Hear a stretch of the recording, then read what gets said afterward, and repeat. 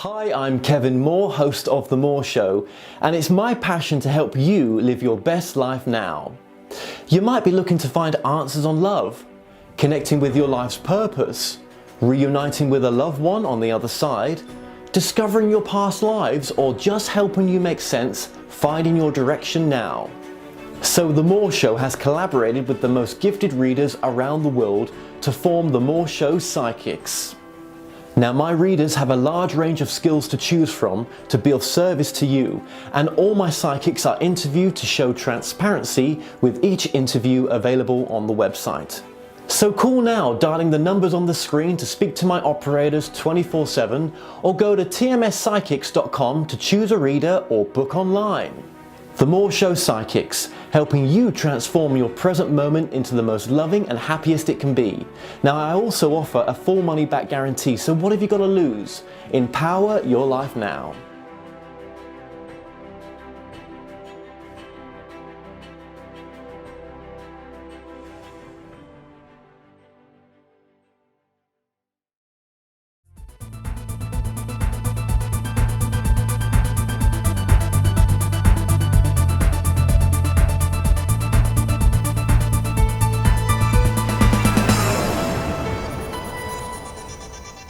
Broadcasting from the UK and across the world online. You're now watching The Moore Show, and I'm your host, Kevin Moore. Now, for the next hour, I'll be covering subjects that will open up your mind and provide you with information you may have never heard before. Now, on today's show, I'm about to be joined with my guest, Lisa Dalton. Now, Lisa appeared in more than 200 films, television shows and commercials as an actor and stunt player in New York, Hollywood and Texas. Now, you'd have seen her in ER, Dr. Quinn the Medicine Woman and Melrose Place among her many TV credits. Her stunts were used in such hits as Ghostbusters, The Money Pit, Crocodile Dundee and Married to the Mob, and many more. She joins me today to discuss her book, Falling from the Stars. Lisa Dalton, welcome to the show. Thank you, Kevin. So glad to be here. It's great to have you on, it really is. So, before we just get into the spiritual aspect of this interview, which is what I really want to, dive deep into, is obviously you've got an interesting background, stunt business in California, in Hollywood. Just tell us about that just very briefly. How did you get into that business? And who did you meet on your path as well? Oh, I met so many people, and it was an exciting path. I got to stunt double for Meryl Streep and Madonna, for Cher, Kelly McGillis, Grace Jones, and lots of other interesting actors and actresses that were all really, by and large, wonderful. I did films like Splash, Ghostbusters, Money Pit, Highlander, Crocodile Dundee, FX, Married to the Mob, and many, many more. I worked with three of my great idols, all of whom I met, which included Carol Burnett, Mary Tyler Moore, and Lucille Ball. And I also worked with incredible greats and met Catherine and Audrey Hepburn, both, and worked with Sean Connery and Robert Redford and Robin Williams, and just many, many wonderful, wonderful artists.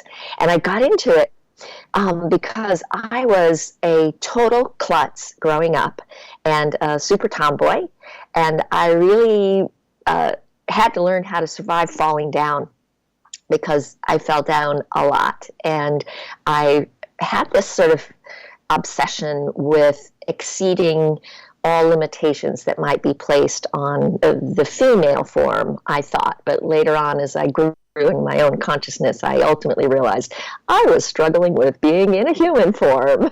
So the things that I did, like jump off of bridges and buildings and leap across, alleys and go through plate glass windows, get hit by cars, crash motorcycles on cue. These all were, for me, ways of exceeding the normal limitations from, in many ways, from kind of a scientific and athletic point of view. And so I went into, because I also was, seeming to always do these crashes and falls as a kid when I had a good audience, you know.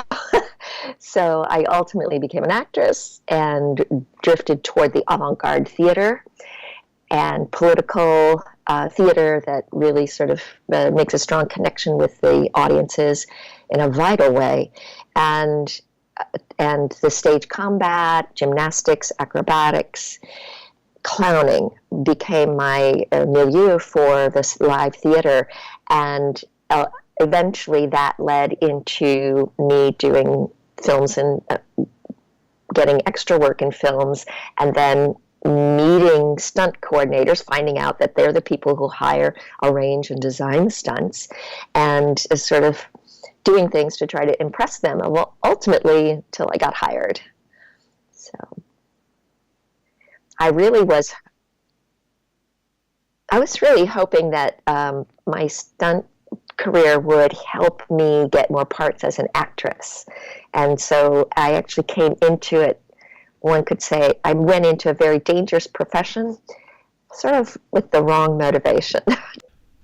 That's pretty incredible. So you mentioned two of my favorite, well, not my favorite films, but Ghostbusters, Highlander, classic films. And for you to be on the set there, were you on set for like Ghostbusters 1 then as well? It was for Ghostbusters 1, and I was in the scene with the giant marshmallow man. And the giant marshmallow man comes marching up the avenue in Manhattan toward Columbus Circle, where streets come in from all directions. So they hired about 40 stunt players, and they had extras of about 500. And the stunt team, we sat on the corner of a sidewalk by Central Park with little toy cabs and little toys, and kind of worked out exactly how the stunt people were going to be interspersed around these vehicles and driving the vehicles. And the stunt players were assigned a group of about 50 extras each and placed sort of between the vehicles and the extras. So we were supposed to, on action, be running away in chaos, sort of colliding as cars were coming in from all directions, and people were flying over cars and things like that. And our job not only was to, get hit by them or fly over them or whatever, but also make sure none of the extras got hit. And it was really interesting because on one take they said, okay, this is a half-speed rehearsal. So in those days, stunt people didn't have any really professionally made padding and gear to protect you, so you were wearing basic knee pads, elbow pads, and using them on your back and in different places, not just your elbows and knees. And it was all very uncomfortable, so you geared up just before an actual take and not usually during the half-speed rehearsal. And they called the half-speed rehearsals, so none of us were geared up, and they started rolling film, and the whole thing went full speed. And as I was approaching the yellow cab that I was supposed to get hit by and go over, I realized that was not my stunt driver driving that cab, and I had to call a cut and stop my whole team because an actual New York cab driver had jumped the curb and got into the mix and had no clue what was going on. So, crazy stuff happens. Wow. But and no also one got you hurt, mentioned so. Highlander as well. That was and also you mentioned Highlander as well, which was a classic film as well. Great film, Highlander. So, okay, let's just move this forward then. So, because you suffered an awful accident, an injury, should we say, in 1989, is that right? That is correct. I began my career in 1980, as I mentioned, in order to move forward as an actress, thinking it would get me more parts. And I was warned that if I stayed in it more than 5 years, I would probably get completely typecast, and it would block me from getting more acting parts. And that in the beginning it might help me. And so I did get, whenever they needed any acting that required also a stunt. I was successful with that. But I did ultimately get pigeonholed as a stunt person, even though I was doing theater all of the time. And so in 87, after actually 3 of my friends were killed within a 4-month period involving stunts. Wow. And I was growing more and more focused on my spiritually centered acting technique that I was now teaching. And I kept getting these hints, you need to stop. This is, stunts are not your destiny. That's somebody else's job, not yours. You're supposed to be acting and teaching and not doing stunts. But I was, by that time, Kevin, so sort of addicted to the money and the, you're one of a handful of women in the world who's doing these crazy things. And it's a big ego trip. And it's a lot of fun meeting those people, working on those projects. So I just couldn't let go of it. It was too, I'd grown too dependent emotionally on all the stuff around it, the economics and the ego. So I didn't stop. And finally, halfway through 89, I did quit. And I'd been bi-coastal back and forth between New York and LA, and I decided not to go back to New York anymore. I removed all information about stunts from my resume in LA, and I got a call the night before I was scheduled to fly back to New York to arrange movers to move my apartment out to LA and stop being bi-coastal. And they said, Lisa, we hear you're going to be here, and we have this rappelling gig. It's just a simple little thing. It won't pay much, just $431, the regular day rate at the time. It's very simple, but the girl who was supposed to do it is going to be in LA, and you're going to be here. How perfect is that? And you're actually a great double for the actress, who's Allie Walker. And will you do it? Please, please, please. We need you. We love you. You're the best. Blah, blah, blah. And so I flew in and I did the job early the next morning. I was under-rested, underprepared. I hadn't done anything in 6 months. And I missed the fact that the rope was not fully anchored properly. The rappel was down a 400-foot cliff, but I was just dropping about 25, 30 feet down to a ledge as a rescue worker to help a fallen hiker, and the rope and the rappel was off like a promontory. It was like a peninsula that came out, and I was just dropping off the edge with a partner at the same time, and the promontory was only about 5 feet wide, so 2 of us dropping off of that, and it was unstable, so the rope was anchored all the way at the base, and I didn't notice because I was under-rested. It should have just been anchored also secondarily at the corner. When I dropped down and pushed off, the rope slacked and slipped off the edge. So while I didn't lose my place on the rope gained 25 feet in length and just ricocheted me back and forth between 2 corners of the cliff, crashing my head and my spine repeatedly into the rocks until, 3 or 4 times back and forth, I was able to grab hold of a tree and get myself stabilized. And as I was doing that, I thought to myself, literally, Lisa, this is going to be the most important spiritual gift you will ever give yourself. And it did prove to be. It was very clear that I was not supposed to be doing what I was doing, and I went from this identity as sort of a superhero leaping tall buildings to an invalid. And for a year, the medical community could not diagnose what my problem was. Every time they laid me out on a table to do x-rays and things like that to see what was wrong, they were actually aligning me perfectly. And after a year, when I couldn't function at all, I was totally bedridden and in severe chronic pain. I got a new doctor after 2 that had not sufficed, and I camped out in his office, and for 6 hours I wouldn't leave. And they called a big, like 300-pound, 6'5" bodyguard, security guard into the building to try to remove me. And I told them, you better get 2 other people because this isn't going to work.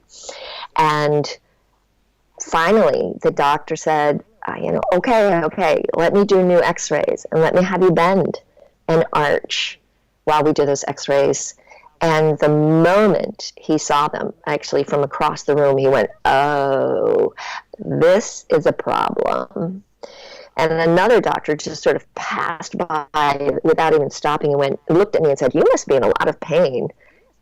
They finally figured out that my vertebrae were just moving at will, unstably, crushing the vertebra, crushing the spinal cord at will whenever I would turn, twist, bend, or lift, which is pretty much what we do all our life long.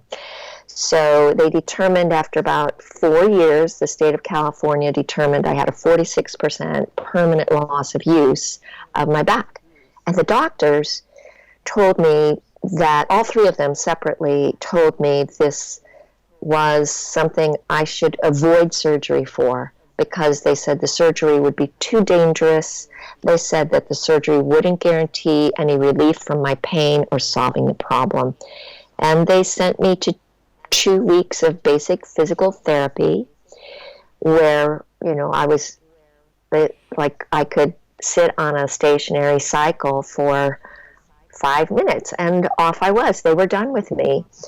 And I was awarded $31,000 for the rest of my life of the loss of my back. And that was paid in $147 increments over the next several years. And I negotiated for lifetime care.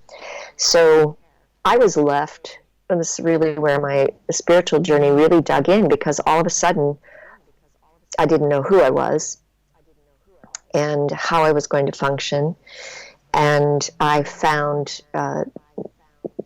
deep processes of meditation were very helpful. I went heavily into forgiveness practices. I had to forgive myself. I had to forgive the rope, the cliff, the earth. Every time I walked, I looked at pavement as my enemy. And because I would be walking and suddenly be collapsed on the pavement, I could walk on earth more, but I really had to realize I also was thinking about my bad back, and I had to start reframing that and saying, this is my healing back. This is my back which supports me and guides me and carries me. And I had to really reframe all my self-talk and really look very deeply into what my purpose was in the world and my path. And at the time, I was so fortunate to be in Los Angeles in the early 90s, because places like the UCLA Extension had an unknown doctor who you could pay sort of $15 to go to his lecture. Maybe 25 people were showing up, and his name was Deepak Chopra. Nobody knew that name. And it was through radio shows that I found out about most of the people that wrote and published books like myself, who did so to help bring these lessons and opportunities out into the world. So just by the way, thank you for doing what you do. And yourself as well, definitely. So let me get this right. So what led you to a place of peace with the pain, or at least was there anything that sort of led you out of not being crippled in a sense, but not being able to do the things that normal people would do because of the injury that you sustained? I mean, I know you're certified in NLP and hypnosis and neurological repatterning, but where does that fit? Any of those fit into your spinal injury? What I first discovered was that regardless of what I was feeling, my passion to teach the acting technique that I had been training and working with was so strong that when I was teaching, I was fine. I didn't fall down, and I wasn't in any pain.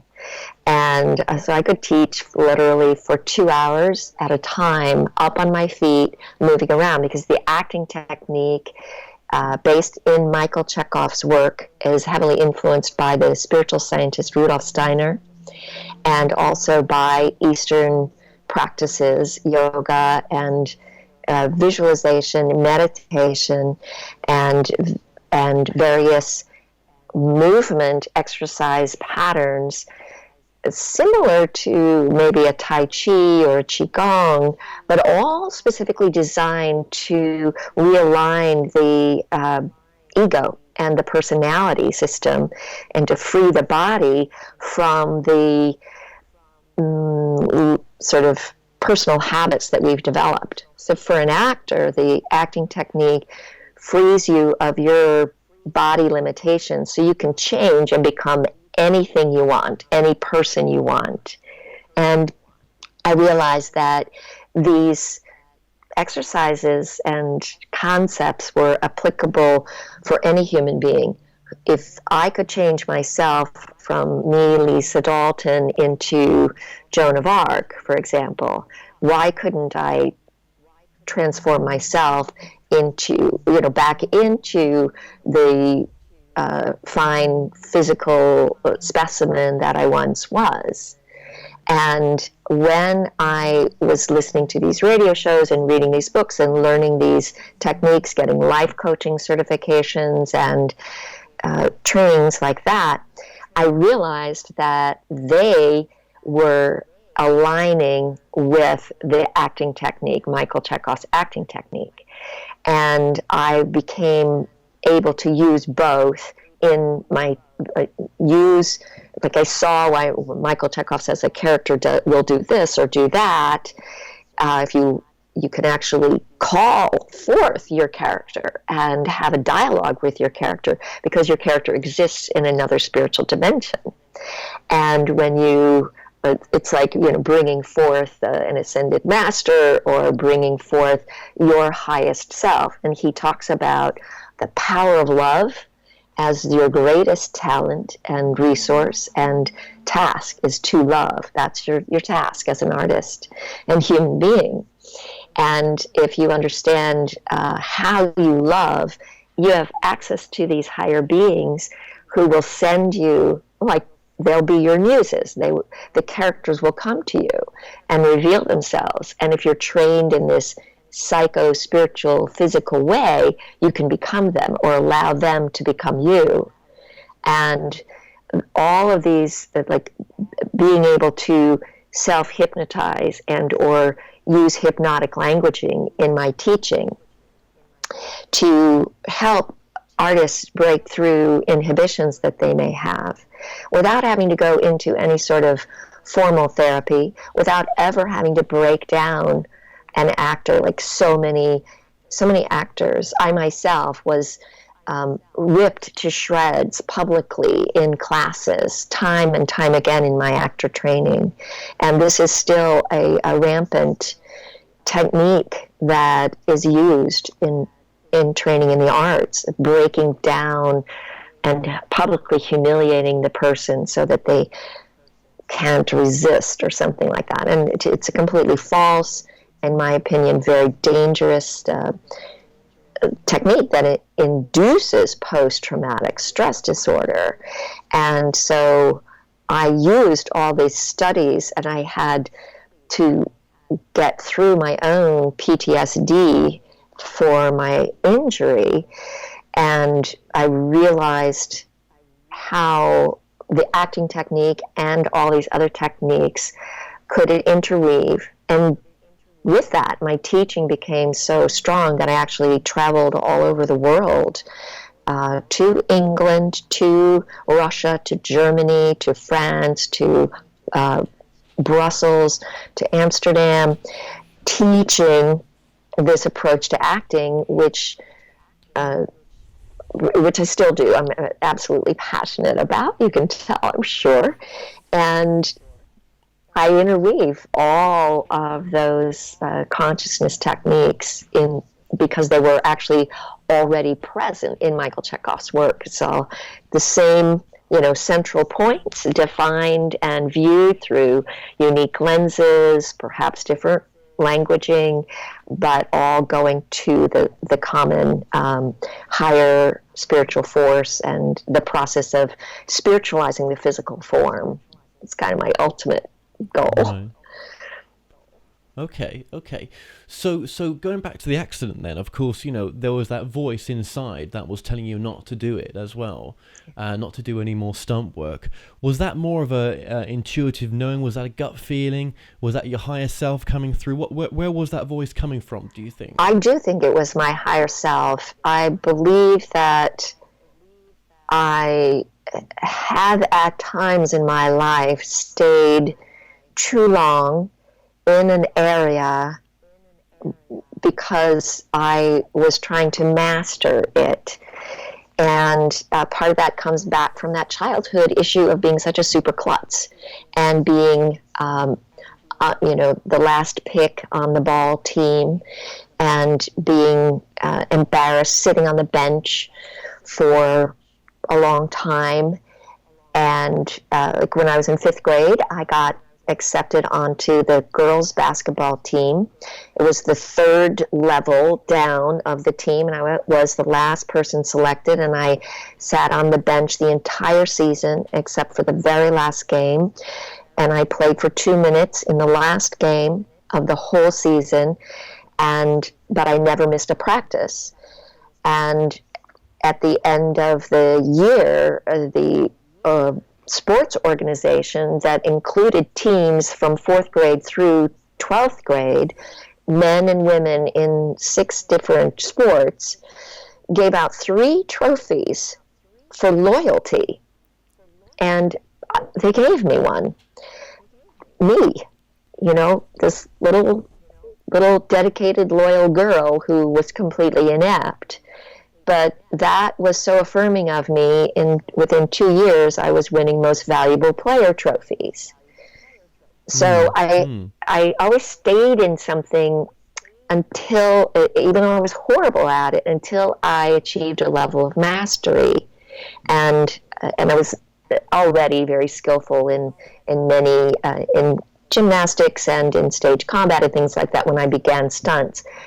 But I had worked my way up to the top of the hierarchy on the East Coast in particular, and so that knowing in my gut that I needed to stop this, but worrying in my mind about the fact that I worked so hard to get where I got, and now I'm at the top, and why should I leave that all behind? That was a problem, and I wasn't yet ready to really listen to and hear fully my higher self. I knew it was talking to me, but I wasn't ready to release and trust. Yeah. So no, and there's many times, isn't there, where we don't listen to that intuitive feeling. For myself, right? I mean, I've found it very difficult to hear my gut feeling, and it's only since I started channeling that I use that channeling now just to speak to my higher self. I've actually now employed my channeling to speak to my lower self as well, which is whether it's my subconscious, I call it my lower body, my lower self, there seems to be a lower part of the soul.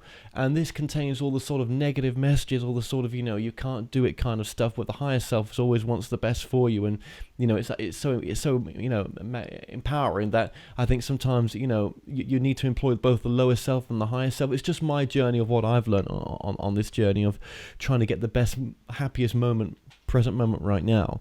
And so I find it difficult to listen to my intuition and my higher self unless I'm doing the channeling. Then it comes through. So that's what I employ the channeling for, what I've learned from doing it. So yeah, I mean, some people are very good at listening to their intuitive self, where they just know that they're like, that gut feeling's telling me to do this. I've got to do this. I've always listened to my gut feeling. It's not always straightforward on a conscious level. Sometimes, not for all of us. So you didn't listen, but yet, even though, had you had listened, you still went down the path you did, though, didn't you? You still went against it. So we're okay to go against it, and it still led to the path that you're on now. It put you, by going with against that voice, it put you on the path that you're on now. Yeah, in a sense, it did. I might have done it without such pain if I'd have been more sensitive. It's kind of like, the universe put little pebbles in my path for me to stumble over, and when I didn't change my path, it put a big boulder there, and I True. So, but let me ask you something. How do you listen to your higher self now, then? How do you know that's your higher self speaking to you, and what's it feel like, and what is that process for you?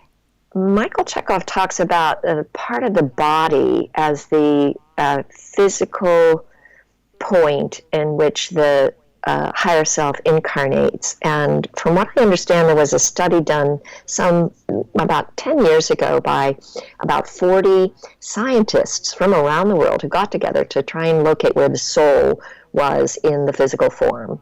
And of course, they couldn't actually scientifically pinpoint it, but their observation was that it was in the chest, which is the same place Mr. Chekhov was talking about 3 inches below the collarbone and about 3 inches in.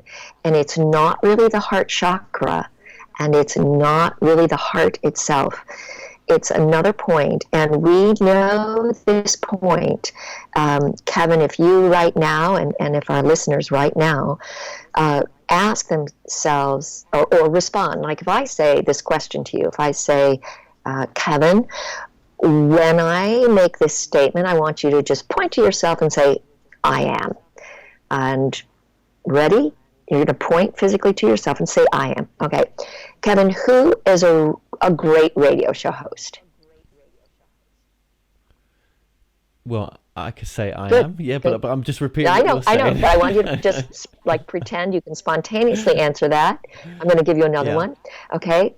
And I want you to point physically to your body when you say it, just spontaneously. Ready? Here we go.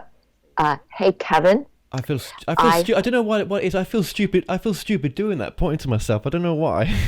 That's my ego, isn't it? There you go. I'll just say I am. I'll just say I am. Okay. Okay. So, are you alive today? I'm conscious. I'm more conscious than I was yesterday. Yeah, I hope so. Good. Are you more conscious today, Kevin? I think so. I think so because one of the things I've been working on heavily just these past few days is stopping my addictions. That's been the biggest thing that I've done. I've stopped most of my addictions except for coffee these past 4 days right now.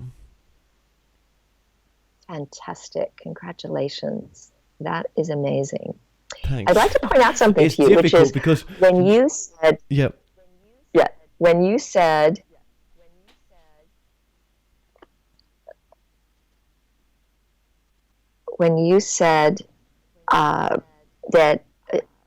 you said that I'm a little self-conscious right now, you actually touched a part of your chest when you said that. I could have done, but I guess I'm using my hand to go that way. Yes. Yeah. But you actually just spontaneously, when you were self-conscious, you said I, and you actually brought your hand right to your chest, right to this spot. There's this spot, and what you did was absolutely intuitive. We tend, if we're going to say, hey, that's mine, or someone says, you look great today, and you say, who, me? You tend to sort of point when you say I or me, very frequently we tend to gesture to a point in the center of our chest. And Mr. Chekhov suggests that this is the physical location of the I am awareness within you. And so when I'm working on contacting my higher self, as this would be the physical home of the higher self, which of course is all encompassing of our being, that if I meditate, instead of working on my third eye or working as if some force were above me or beyond me, literally directionally higher, I go within me to the center point of my being. And this point is the middle of where your energy is if you drop straight down from your fontanelle in your head, or if you stretch your arms out and draw a line across fingertip to fingertip, you'll meet this intersection of vertical and horizontal energies. And we know that the heart and that area from the Institute of Heart Math generates about 60 times more electrical wattage than our actual brain, and 5,000 times the magnetic pull comes to this central area that Mr. Chekhov was saying was our ideal human center. Okay, thank you for sharing that. Yeah, very, very interesting. So okay, now you're also an NLP, Yeah. and hypnosis and a neurological repatterning. So first of all, I've kind of heard NLP on my show before. I can't remember what it is. Just explain to the audience, or just remind us. Yes, it's neuro-linguistic patterning, and it is a process where we identify how the body moves and breathes and the sensorial responses that happen when we're in certain thinking patterns. So, for example, we have right brain, left brain parts that handle different elements of activity, memory versus creation, for example. And some people are more responsive to visual things. They respond to what they see. Other people are more responsive to what they hear. And some are more responsive to what they touch. So these would be visual, auditory, and kinesthetic people. And there are people who are auditory digital, and so they have they're a little more computer oriented, numbers, facts, figures kind of orientations.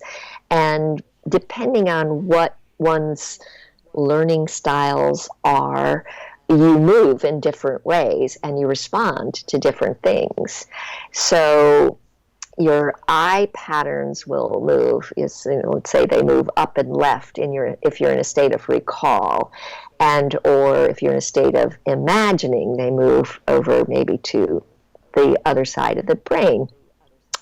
And but some people will look down, some people will look halfway, and these patterns are associated and connected with certain memories and things like maybe when I imagine chocolate, let's say I have an addiction for chocolate, I have certain images that are associated with chocolate, and they sort of trigger me to drool. They trigger certain elements in my body that make me want that and lose sort of control over stopping eating it.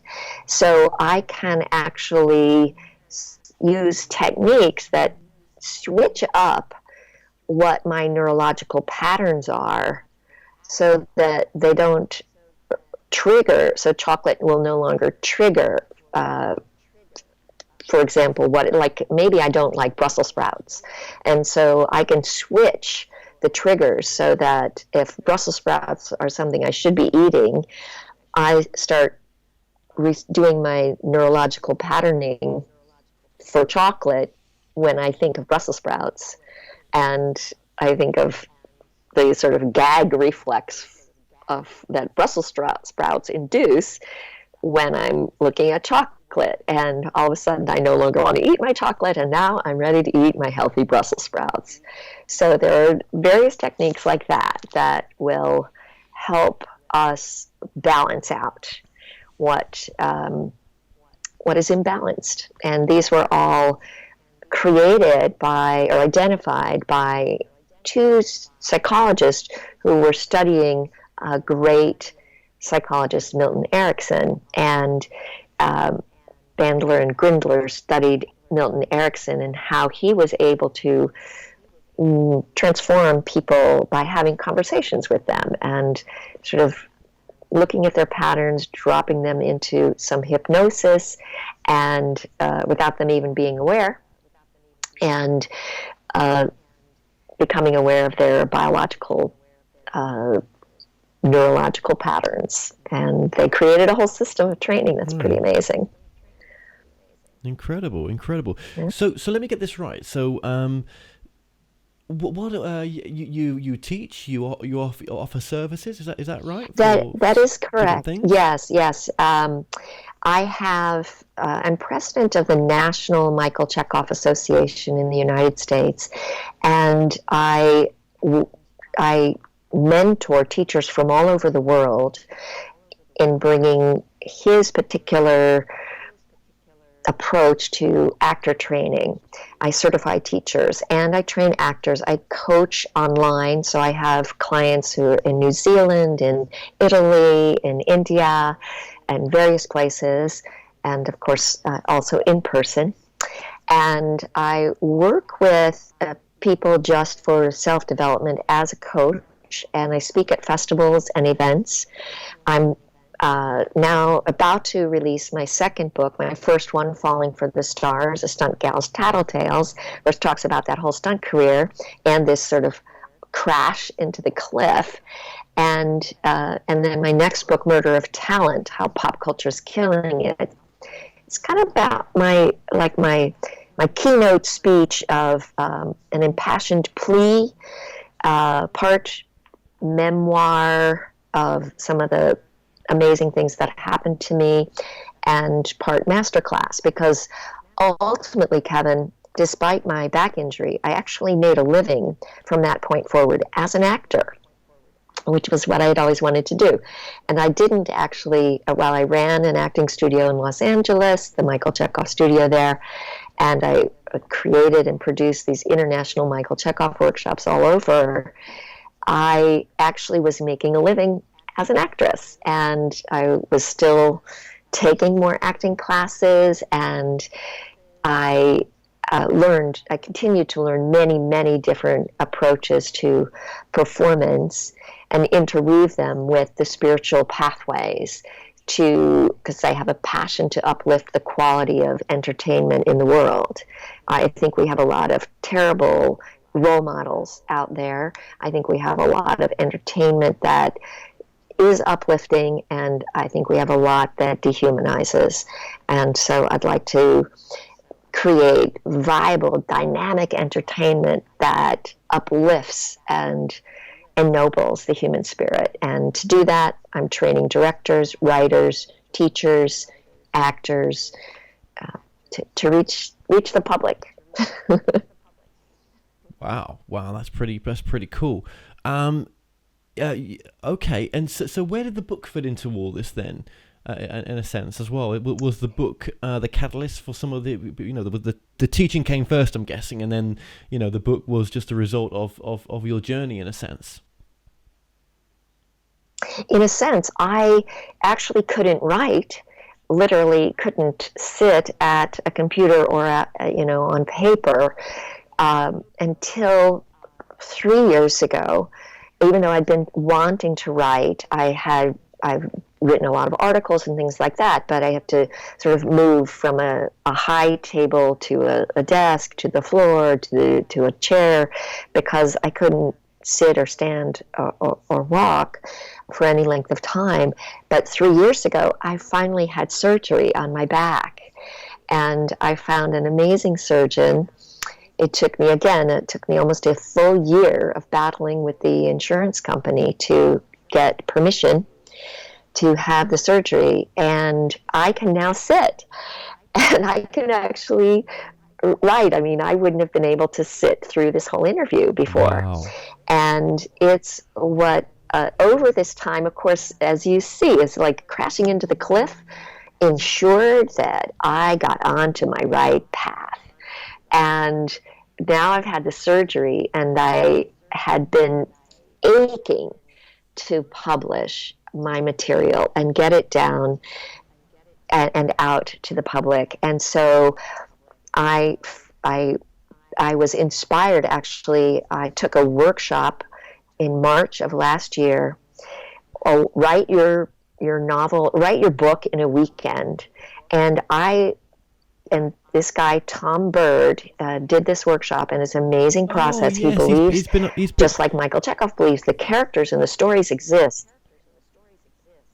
Has he been on your show? He's been on my show. Yes, Tom Bird, great guy. Yes. I'm sorry, Kat. Oh, yeah. Yes. And I wrote both of my books in one weekend. I downloaded them, like he says. I mean, the books were just there. They were aching to come out of me. And as soon as I was finished my rehab, I cleared away my speaking schedule for the whole winter last year. And I sat and did nothing, and I was so upset. And then I listened to a radio program, and I heard Tom Bird, and I said, that's for me. And I did a virtual retreat. I sat in my office upstairs in Texas, and virtually, came into Sedona, Arizona, and downloaded these books. They just poured through me, and then the process since then, Tom's been guiding me into the publishing and the releasing, and connecting me with the amazing Jackie Lappin, who's helped me connect with you. So if anyone feels like they have a book inside them, I highly recommend Tom Bird. It's amazing, isn't it, from listening to your story, that you had to go through, that pain, and everything else to get you on the right path. But isn't it amazing that everyone's on the right path in a sense, aren't they? Because one, it's the path of their own destiny, the free will. I do believe we have free will. I don't feel that, things are forced upon us. But at the same time, if you are not going down the best path, there is guidance that comes in that shoves you on the right path, just as your experience goes to show. I absolutely believe that. I feel that helping people understand that is a big mission for me. It's an important piece of information to have. So many of us live in a lot of doubt about our purpose. Why are we here? What is the point? World conditions and cultural conditions become so challenging. Personal economics and larger politics, for example, rampant fears running around. We often feel very helpless.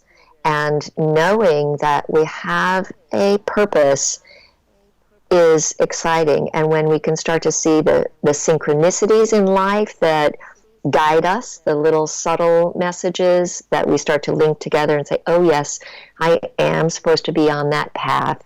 It's literally books fall off shelves and hit people in the head, or bottles of vitamins fall down when you haven't used them in years, and you're like, oh, maybe I need to take that. From those little teeny signs, we can start to be guided. And if we pay attention to them, we suffer a lot less, and that will get us what I believe is our higher will, the will of our higher ego, as you were saying. We may not actually always be conscious of what our free will wants for us. But I am clear, as you say, that I have been guided absolutely toward it by even, bucking up against it, pushing against the edge and saying, no, that's not where I'm going, and being buffered back into my path. So I just am always fascinated by how every single thing that happens can be perceived as the perfect thing. Even the worst conditions can be absolutely what were necessary to help us find our truer path. So true. So true. Do you have a website? My website is lisadalton.com. And that is where you can find out about the classes that I teach. There's lots of video available also on YouTube about the work that I do. And my book, Falling for the Stars, Stunt Gal's Tattletales, has some free chapters on there and lots of pictures from the films and the stars that I worked with. And my upcoming book, Murder of Talent, will soon be posted up there. So it's a great place. You can reach me through Lisa at lisadalton.com. And I'm excited to connect with people. I love that. And so lisadalton.com, there's lots of information and fun things that one can access through the website. Okay, wonderful. What would you say is the most important message to the audience from your work? I feel the most important message to the audience for my work is the listening, finding the higher self within and really listening to that, knowing that you have a very, very important purpose on this planet, in this incarnation. And sometimes the biggest thing that we can do is learn to live with the uncertainty, not knowing whether the next step was going to land me on the ground at any given moment for my life for 25 years taught me to live in a high level of uncertainty. And that's what our world is presenting to us now. We don't know. And can we live centered, powerfully within that and find our personal pathway? The answer is yes, we can, if we listen to within and listen to the signs around us. Live joy now. Yeah. That's so. Where is the joy now? That's so hard, isn't it? Sometimes because, sometimes the joy could be. Well, for myself, I'm really looking forward to going to America, at some point this year to go see my friends over there, or a friend as well, a few people, yeah. And, I'm happy being in the moment right now. I'm happy being here right now, don't get me wrong, but I hope life allows me to go. I hope it does. But yes. we have to take the action as well, don't we? What we have right now is always present. And our future is never present, and our past is never present. And so understanding, and, Kevin, one of Mr. Chekhov's incredible principles is when we experience anxiety of any sort, to focus on beauty. Just stop literally and smell a flower, or contemplate a pen or pencil for 5 minutes and look at the beauty of the most mundane thing that we ignore in our life. Just stop and examine your hands and be amazed at that they function at all. Finding beauty instantly uplifts our immune system. If you spend 5 minutes focusing on beauty, something beautiful, you boost your immune system for over 6 hours. It's an extraordinary thing. And envisioning, as you envision your trip, as you envision your trip, allow the joy of all of that to permeate your whole body so that your vision of the future is producing a present healing, uplift, and calming.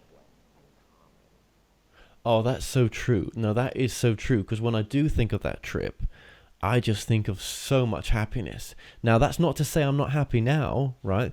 Okay, I'm working my butt off right now to make that future happen, right? Right. But when I do think of that future, I just think it's with so much love. So much love. And I do think, when I do think about it, I think I'm bringing it into, I think I'm creating that reality. Do you know that? Yes, you're absolutely on the right track. Absolutely. That's just keep doing more of that. It's going to be great. I will. Thank you. I will. We've had a few issues technically here with this interview, which has caused it. We've got a few technical issues here right now, and we're not able to hear each other, are we? Well, look, Lisa Dalton, I'm going to leave the interview here. Just thank you so much for joining us today. It's been a pleasure to have you on. Thank you so much, Kevin. It's been a wonderful delight to meet you, and I hope that your listeners have enjoyed and learned something. Well, we've come to an end on tonight's show. Don't forget that you can listen and watch all our past interviews on the More Show's official YouTube channel. Remember to subscribe to our YouTube channel for new daily shows. You may also find out more on all past and upcoming guests on the show via themoreshow.com, and do like us on Facebook and Twitter for the latest updates. So until next time, be safe.